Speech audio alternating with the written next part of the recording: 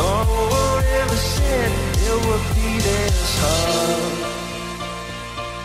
Oh, take me back to the start. This is part 2. If you want to watch part 1, I'm going to have it linked down below. For part 1, we talked about mostly just the life that you lived in the order. Yeah. So I think our last question was, what was the breaking point that made you want to leave the order? And we were talking about how when you ran away, you were like 14.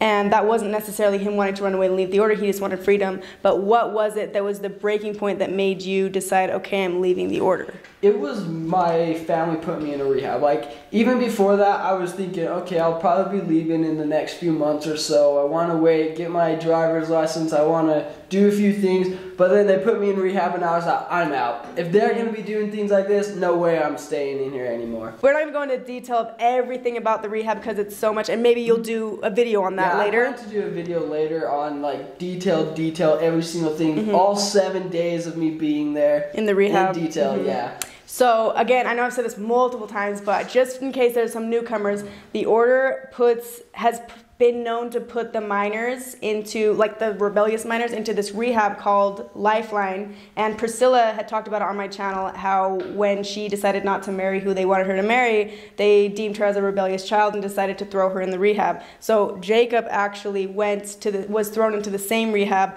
But if you watched my channel with Priscilla, she talked about how men came to the house and like threw her in a van and took her there. She had no idea that they were going to take her there. With your story, it was kind of similar, right? With me, it was, I was actually planning on doing my South Carolina trip before, and so I went to the airport. I was in the airport about to go to South Carolina, and then my parents, right when I got past TSA, I get a call on the intercom. Jacob Swanson, pick up the courtesy phone, dial 0, and I was just like, okay. So your parents knew you were at the airport? Yeah. Because, how did they know? They, I'm guessing they had another tracker on me. We found earlier there was a tracker on me earlier. Wait, how long have they been tracking you? I have no idea. It probably was forever. Okay, the story of the tracker is like the craziest story. People in the order their cars have had trackers on them, their phones are tracked. Like you said, the pinwheel phone is like something that is known in the order to track your phone. You wouldn't let them track your phone. You got your own phone, so they couldn't have access to it. So they went, like they had to try to track you. So I want to hear the story all over again because I like we actually have a video. Right when we found the tracker, we recorded a video of us freaking out, talking about it. Kind of brief up the story. I got to John's house, I had my bag, I had everything packed, and my bag was too small. And so I was transferring everything from my bag to a bigger bag John had. So I was transferring everything, and I saw a little gel container. I never use hair gel. And so I was kind of skeptical. I was just like, why did I put this in my bag? Okay, I kind of picked it up and threw it off to the side.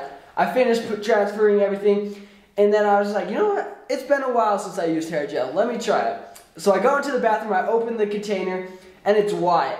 And usually it's a clear blue. And so I'm like, something is wrong here. I was kind of thinking, does this happen when it gets old? What happened? But also it's like, why is this in my bag? Yeah, and like at the same time, I was even thinking, I don't remember this bag. And later I found out that I remembered that I picked up my bag and I even shook it right before I started packing. Nothing was in it. And so I went over to John and I was like, does this look normal to you? And he was just like, yeah, it looks normal. I was just like, are you sure it's not usually this color? He was just like, yeah, I think it looks completely normal. And I was just like, huh. And I was just like, okay. I go into the bathroom, I'm like, I'm going to use this. And then I was still kind of wondering, something is off here. I was like, if it's gel, I can put my finger straight through and touch the bottom. I put my finger in, and right when I put it in, it stops. Like, it didn't even go in all the way. I was like, what is going on? I kind of feel around, and I feel that I can lift it up. So I lift it up, and I see a bag. It's like a Ziploc bag? Like a Ziploc bag with a black circle thing in it. It was probably about like, I want to say like that big. Wow. Just the size, barely smaller than the container. And so I was like, John, look at this. I pulled it open, I show him, and he's just like, what is that? So they were tracking you before they sent you to the rehab. Yeah. And then you think they put another tracker on you to find out that you were at the airport? I think there was a tracker on John's car because that was what we used to go to the airport. And so, yeah, we kind of freaked out about it. We were talking about it. We look it up. It's a $200 tracker. Wow. It's not cheap. And so we're like freaking out about it. And then we take it out and we're like, we're just going to leave it here. They're going to think we're still here and whatnot. And then we went to the airport, and then right when I get past TSA, then I find out that they're there. My mom is there too. They must have had a tracker on you and a tracker on his car then, because if they would have thought you were home, they wouldn't have worried. Yeah. So, and when they're talking to me and they're trying to get me down on the intercom, I call my mom and I'm like, can you please just not bug me right now? Just let me go on this busy. trip. I'm like, just let me do this. And then she's just like, where are you going? And I was just like, it's none of your business. Just let me go. And then I was just like, where's the other tracker you put on me? She's like, I don't know what you're talking about. I was just like, yeah, you do. What about the one that was in my bag? I don't know what you're talking about. I asked him again, how'd you know where I was? And then my mom's like, when you're close to Heavenly Father, He tells you things. And I was just like, well, you want to explain the tracker? You bring out the Ziploc bag. And before this point, she has completely denied. His hair's all gelled. That's so crazy. So she denied the entire thing. Yeah, she denied the whole thing. And then finally I was just like, okay, do you want to say something about the tracker? And she's like, I just wanted to know where you were. And so I was like, so you admit you were lying then? And she's just like, I wasn't lying. And I was just like, oh my gosh. You look so It's frustrating because it makes you think, like, what else has she been lying to me about this whole time? I went through that same thing with my mom. I was like, wow, I can't trust anything you say. And now that I think about it, there's been so much times that even my dad's daughters that are married would do they would go somewhere, and out of nowhere their mom would show up and be like, I had a feeling you were here. Oh, and so there's a good chance that most of them, if you guys are watching this, there's a good chance if you're one of my half-sisters, you're married, even if you're not married, there's a good chance there's a tracker on your car. They're gonna get you. Then the day after Jacob gets thrown in rehab, we get a call from Jason, his brother, that says, oh, can I come pick up that black thing that's at your house? And we're like, what black thing? He's like, oh, it's just something that got left there. He wouldn't say tracker? Can you get that back? He didn't say tracker. And then we're like, sorry, what was it? It's just a black circle thing that Jacob left there. And then we're like, oh, you mean the tracker? He's like, yeah. And we're like, no, we can't have it back. We already gave it to the cops. You can go ask them for it. Now are you like always checking your hair gel? Bro, I don't even have gel. I don't even buy hair gel. Yeah. I would be skeptical of everything now. Yeah, it was crazy. Like it looked. If I didn't know what color it was, I wouldn't have even thought of anything. Yeah. I would have just been like, oh, okay, I'll just use it. They probably have been doing stuff like this for a while to come up with creative ideas like that. Probably. It's so weird. Okay, so we kind of jumped around, but we got to the point where they found it at the airport, and at this point you thought that they were just going to take you home, right? So the cops come in and they come up. I'm sitting there at my gate. I see the cop walking up to me. I'm like, I know where this is going. I get up. I walk past him. I was like, I'll go home. And he's just like, wait. You could talk to me. I'm like, no, it's fine. I'll just go. I already know what's going to happen. I know no matter how much I talk to you, I'm still going to have to go home. So I'm walking, and I'm really sad because I was so excited to go on this trip. And you already bought the ticket, right? I paid for everything. I paid for the place I was staying for. And I'm walking out, and I see my mom pass the gate, and the cops are following me. And they're like, hey, wait, we're going to talk to your mom for a bit. And they talked to my mom for a bit. And I was like, if my dad has enough, I guess, sympathy, he would let me go on this. So I call my dad up. I'm crying. I'm like, can you please just let me do this one thing? You never let me do anything. I'm freaking begging him to let me go. And he's like, no, I don't think you should. Do you think if he would have let you, you probably would have had a better relationship with him afterwards? Yeah, I was planning on coming back. Like, I was just going to go on a trip for a week, come back, and go back to how things were, doing things the way they were. And then he's like, no, you can't. And so I tell him, if you don't let me do this, I swear to you, you're going to regret it. I'm going to tell everyone what's going on. I'm not going to filter anything back. I'm going to say everything you've done to me in my past. I swear I'm going to talk. And then he was just like, okay, that's fine. And so I was like, okay. And then that was when I was like, oh, well, I'll just do whatever they told me. I told the cops a little bit what was going on because they wanted to sit down and talk to me. And I go into the car, and the cops are like, your parents are just going to take you home. Just go to your room, think about for a bit, turn your cell phone off, just take a bit of time to think. I was so mad. I wanted to freaking beat the crap out of someone. And so we're driving. My brother's in the passenger seat, and my mom's driving. I'm in the back. I'm crouched down, listening to music, super mad. And I was like, I'm gonna call my dad and talk to him tonight. So I call my dad. I say, can you please come and talk to me tonight? Please, let's just talk about things. Let's have a conversation. Let's find out where things are going, what we want for my future. He's just like, I could probably talk to you. And so I was like, okay, when I get home, he's gonna talk to me. I see that we're in a completely random place, and I ask my mom, where are we? I pull my earbuds out. She's like, she doesn't answer. She just looks back at me and starts driving and keeps driving. I see this building we're going to, and my first thought was, okay, they're gonna have me talk to another order member, and they're gonna tell me all the wrong things I'm doing, everything I should do different. And so I was like, okay. So we go and park, and I see this guy I've never seen before waiting out there, and I'm like waiting for you? Yeah, and I was like, what is going on? And he was a bit darker skinned, so I knew it wasn't anybody we know. Yeah. And I knew that it was just a random guy. So and the fact that your mom's like, what, was she talking to him? She wasn't even talking. Like, we just drove up and he was outside waiting. Oh, and so I was just wow. like, this is scary. And then he sees our car, and then he like starts walking over to him. My mom gets out and walks up to him, talks to him for a second, and they both turn and start walking to my door. I put my hand on the lock. I was like, no. And then he's just trying to open the door. Mom's trying to open the door. And I'm like, I'm not letting anything happen. And then my brother in the passenger seat turns around. He's like trying to rip my hand off. He's your older brother? Yeah.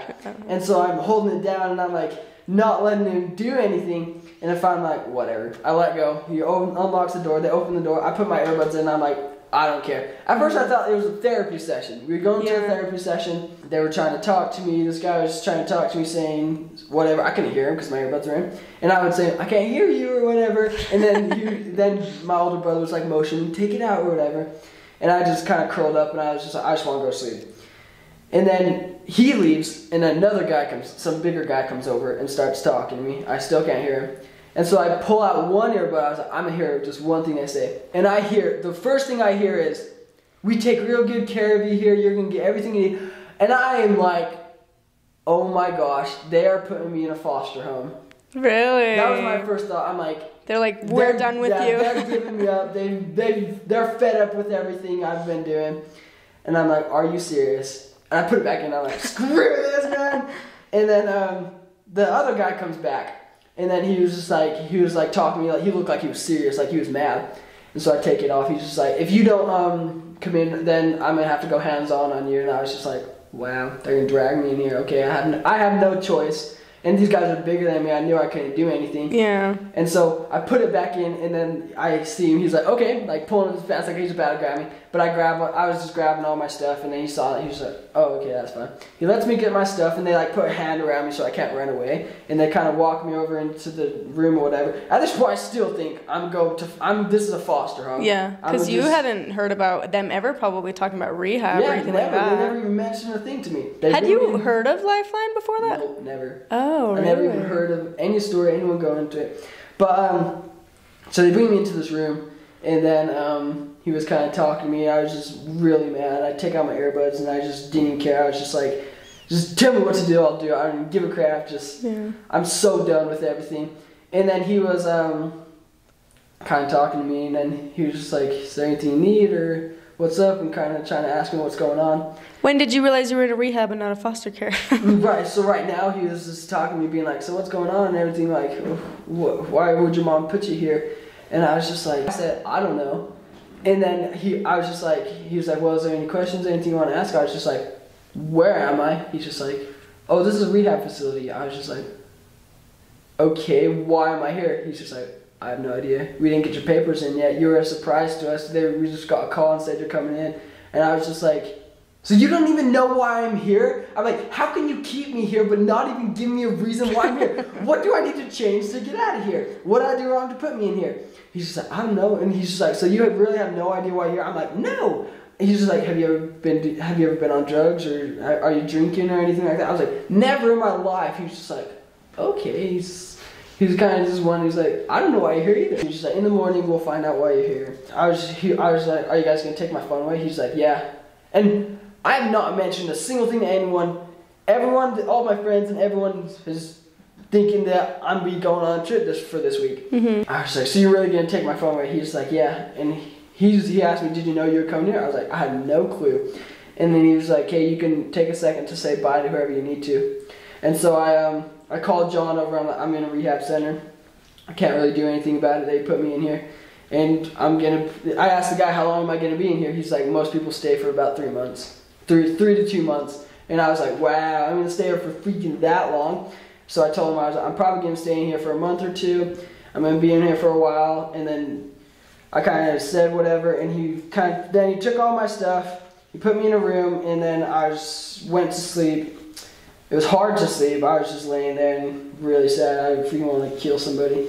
But right before this point, I was so nice to my mom. I was upstairs. We were having a good conversation. She offered me to pay me a bunch of money. Oh yeah, we should just talk briefly on that. He was paying rent since he was like 13, mm-hmm. and then you kind of asked your mom, because you realized that it was illegal, mm-hmm. right? Didn't you confront your dad? Yeah, I talked to my dad and my mom, and I was telling them, this is illegal, you guys owe me all that money back. And then my mom finally says, okay, how much do we need to give you? And I thought about it, I calculated it. It was 3,000 plus. It was just above mm-hmm. 3,000. And I was just like, I just stopped for a second. I was like, well, I'm glad she's glad she's acknowledging that she's willing to give it back. And so I told her, you don't have to give anything. Like, just I told her, if you feel like you need to give me anything, go ahead, but I won't be expecting anything. And I was like, you can do it or you don't have to. So you're having this good, heartfelt moment with mm-hmm. your mom. You have a good relationship, or so you thought, with her, and then she goes and does that. And then, not even within a week, she puts me in rehab. And I was thinking, I was so mad. I was like, I should have took that money. I should have been like, screw you. I'm taking all your money. I'm just kidding. Your mom was charging you rent, and didn't you say sometimes then if you weren't at home on time then? Yeah, she made a curfew. She said, if you're not home by 10, you have to sleep outside. She specifically said that. And so I was just like, okay. I didn't believe her at first. I was just like, okay. I will test that. And then I tested it. First time, she was just like, this is a one-time thing, I'm going to let you in tonight. I was just like, it's every time, whatever. The next time, I was knocking on the door, she didn't answer it. Wow. And I was probably like 30 minutes late. Wow. And I was knocking on the door, I was trying to get in, and I was calling her phone. Yeah, how old were you at this point? I was just 16. This was recent. 16. And wow. So, I was banging on the door. I knew she was awake. She can't sleep through her phone ringing or even vibrating. And for sure, me banging on the door, I was throwing stuff at the window too, like little rocks and stuff. And so I knew she was awake. And so I was just like, 30 minutes of me trying to figure things out. I was like, I'm just gonna call the cops. I was like, they'll let me in. So I called the cops. The cops kind of talk to me, and then they show up, and I'm just outside, and they're like, so what's going on? I was like, my mom locked me out of the house, and she's saying I have to sleep outside. They're just like, oh, okay, like, do you know why? She said, I was like, because she said I had to be home by a certain time, and I tried getting there on time, but things didn't work out, and I wasn't able to. And so there's 3 cops there, 2 cops. So right when they knock on the door, my mom opens the door. I knew she was there waiting, because her room's clear upstairs, and then they start pounding on the door. She opens the door right then. And so 2 cops go in to talk to her, and then one stays out talking to me, just having small talk. How's your day been? Where do you work or whatever? And then the cops come out, and they go to me and say, I deal with kids like you all the time. You're going to grow up and be on the streets, starting fights. You're going to be ending up in juvie if you keep going down the road you do. I'm just like, what did your mom tell them? I have no clue. I was just like, wow. I like really just thought, really? Like, I'm freaking tired, freezing cold. It's been hours since I've been outside, and you're really just going to come out and tell me that? Yeah, and at this point, you had 2 jobs. Yeah, and I'm working 2 jobs, like freaking 13, 14-hour shifts, and a cop comes and tells me, you're going to end up in juvie if you keep going down the road. I'm like thinking, you know, screw you, I'm tired. And I just go inside. I was just sitting there. Were you working 2 order jobs? No, outside jobs. Oh, wow. And so I was just like, okay. And I went downstairs and I just went to sleep.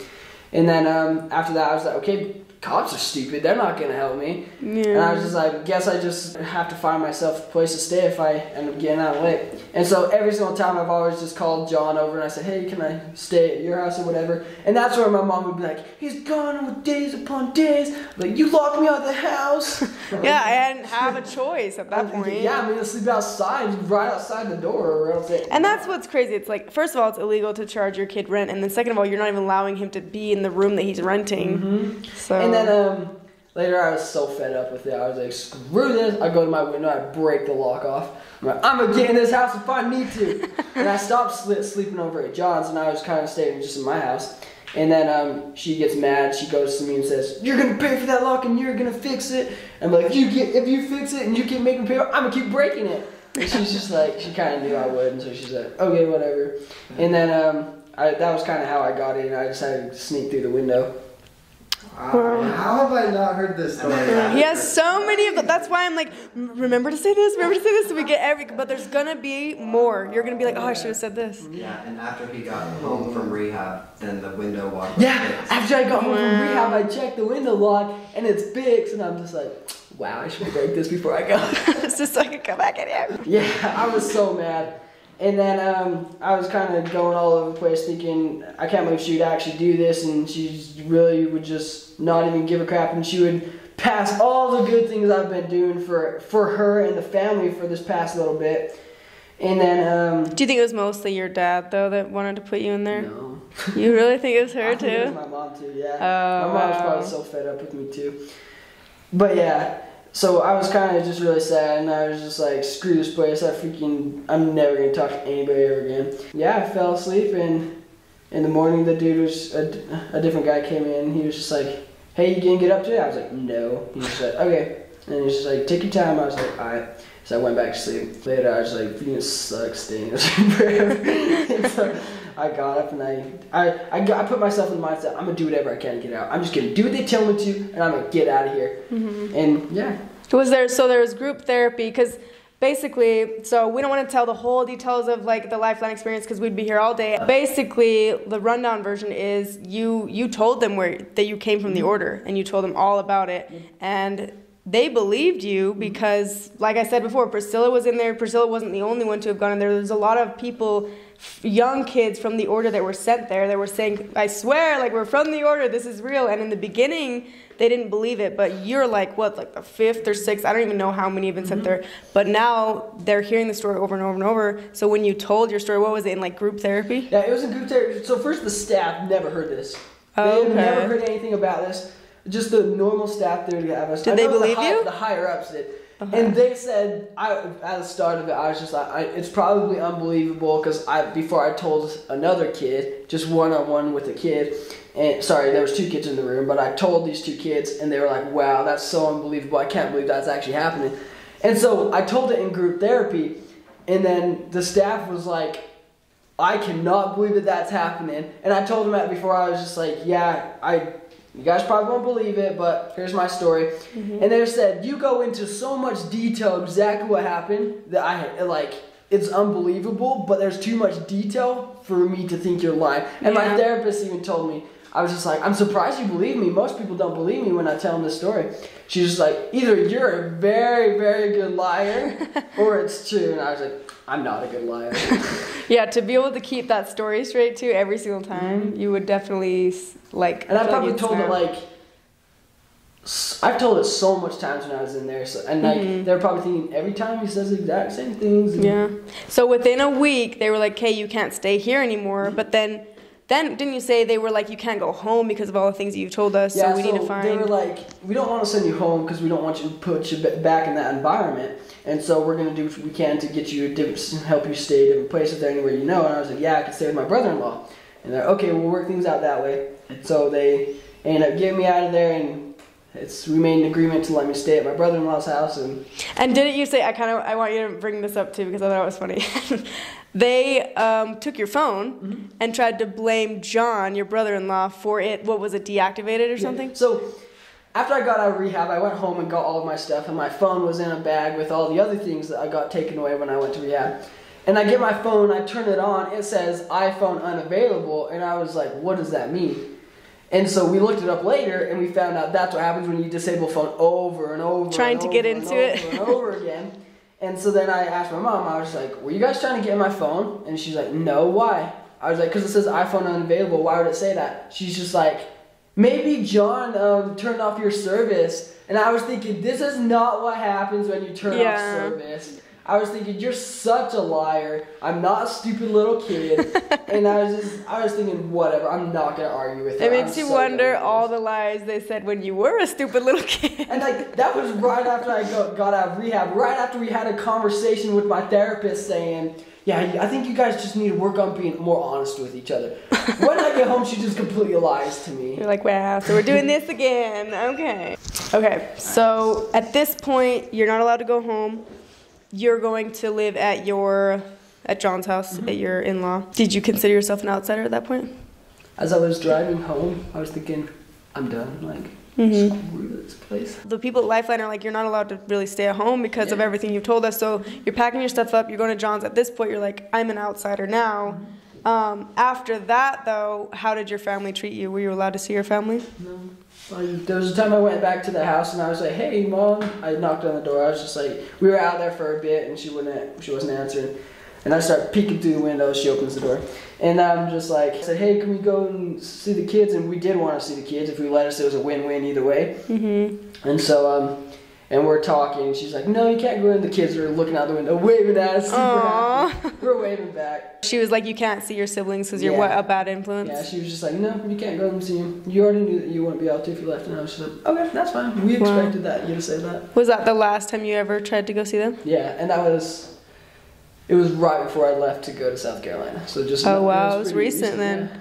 Okay, so you're an outsider. They wouldn't let you be around the family, but you kind of knew that they would treat you like that. Yeah, I knew that it was gonna happen. I knew that it was coming. Yeah. Because like your whole life in the order, they kind of just teach you that. They raise you to know that if anyone leaves, what do they say? If the right hand offend thee, cut it off. So if your family is leaving, then cut them off. And then they tell you that it's your fault and you're making the decision not to see your family. Yeah. Every time my dad would say that, I'm like, oh crap. Yeah, but it's like you went to the house. She's the one that didn't let you in, you know? Very true. So, I'm choosing to see the family. Yeah, exactly. Yeah.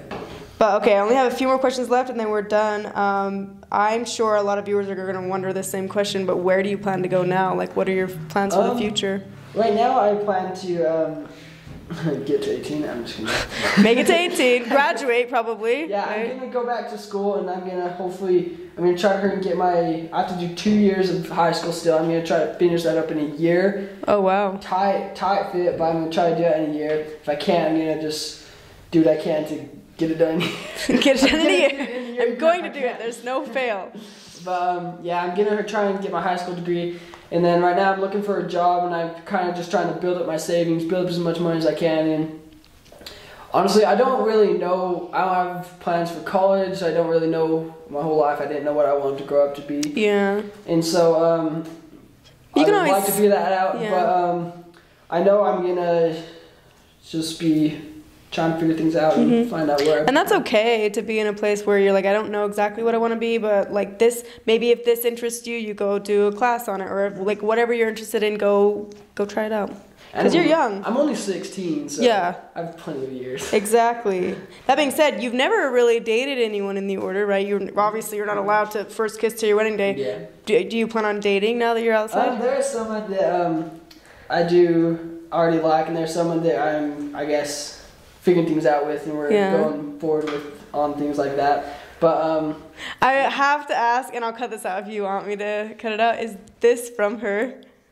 This on your hand? Okay, I was like, there's gotta be a girl that gave that to him. My biggest question that I like to ask everyone is religion. Like, what do you believe happens when we die? Do you have a profound meaning, or are you kind of still figuring that out too? So right now I'm gonna take the next little bit to read the Bible and things like that. Last night I read the very first chapter of the Bible, and I filled up 2.5 pages of questions. Wow. So I'm gonna be going through the Bible, and anything that I have a question on, I'm gonna ask it. Like, I'm gonna write it down, and I'm gonna find out the answer for it. And I think there was one question that later in the chapter, it was answered for me. And so I'm gonna go through it, and I'm gonna read it, I'm gonna study it, and I'm gonna find out, I guess, what it is. Because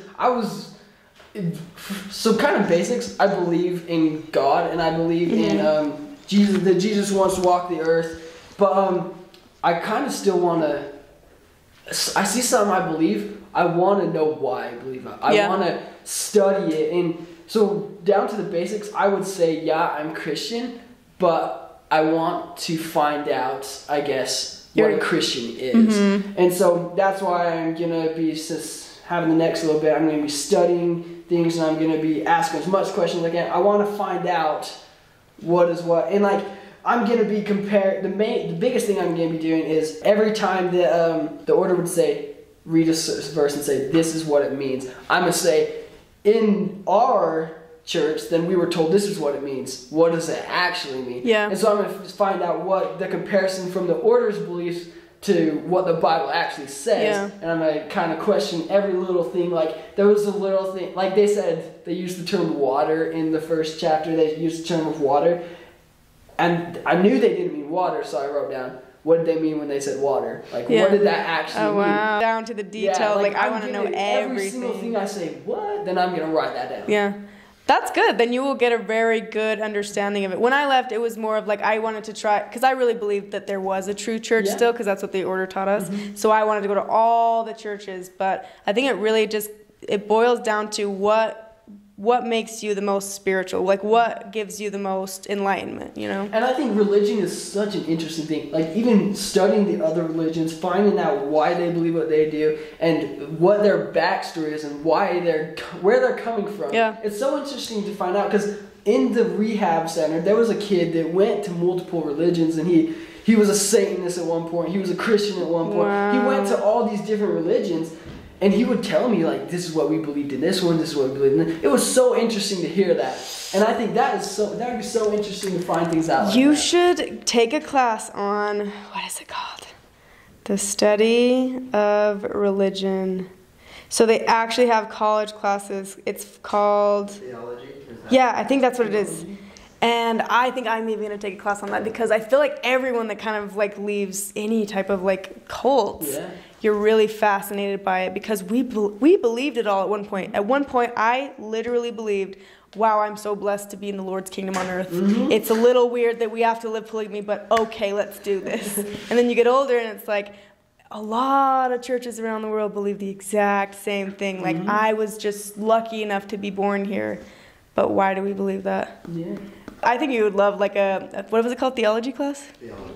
I think you would like that. But okay, that's exciting. So you're going to be graduating. You're going to be basically just growing spiritually and mentally. That's awesome. So I guess the last question is, because a lot of border people, they're going to be watching this, if you could say something to them and have them actually listen to you and actually take it in, do you have a message that you would want to leave with?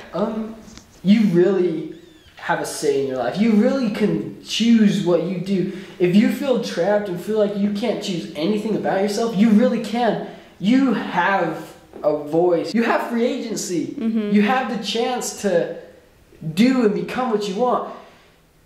If you want one thing, you can fight for it. It doesn't matter what anybody else says. If you have been searching and you want a job so bad and you want to go to school for something so bad, and you have a dream, you can do that. You really can. And you can do that in the order.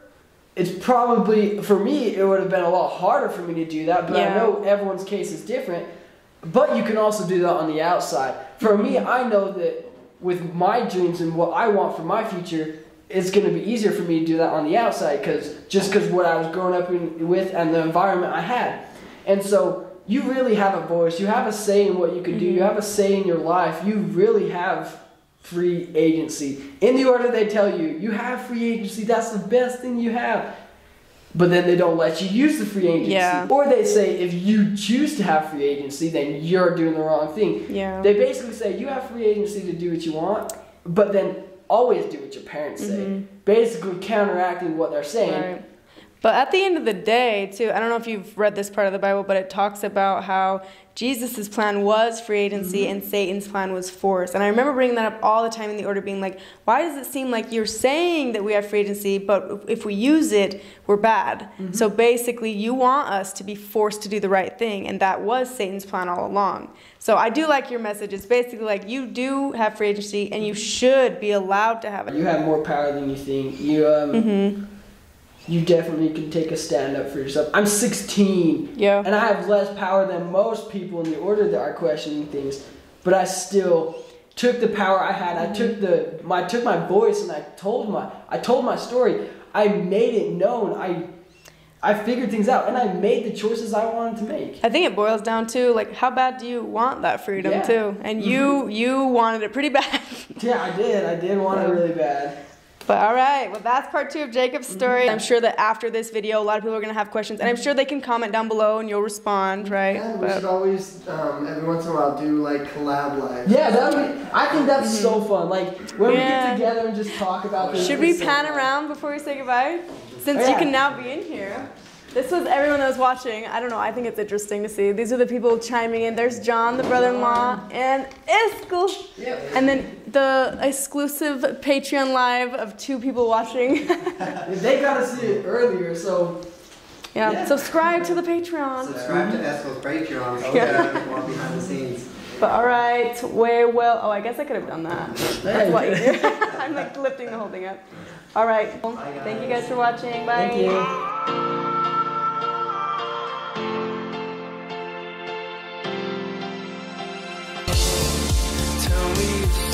And ask me your questions. Now let's go back to the start. Running circles, calling tales, hands on the sides apart. Nobody said it was easy. No one ever said it would be this hard. Oh, take me back to the start.